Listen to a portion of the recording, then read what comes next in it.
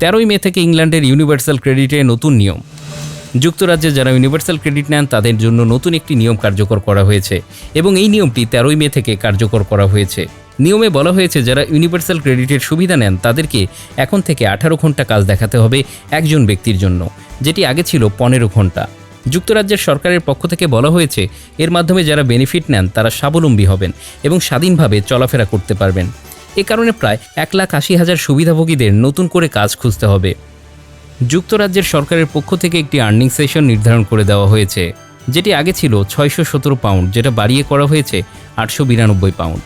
একজন ব্যক্তির ইউনিভার্সাল ক্রেডিটের সুবিধা নিতে হলে এখন থেকে মিনিমাম 18 ঘন্টা কাজ করতে হবে। অন্যদিকে দম্পতিদের জন্য আগে ছিল 988 পাউন্ড, সেটা বাড়িয়ে করা হয়েছে 1437 পাউন্ড।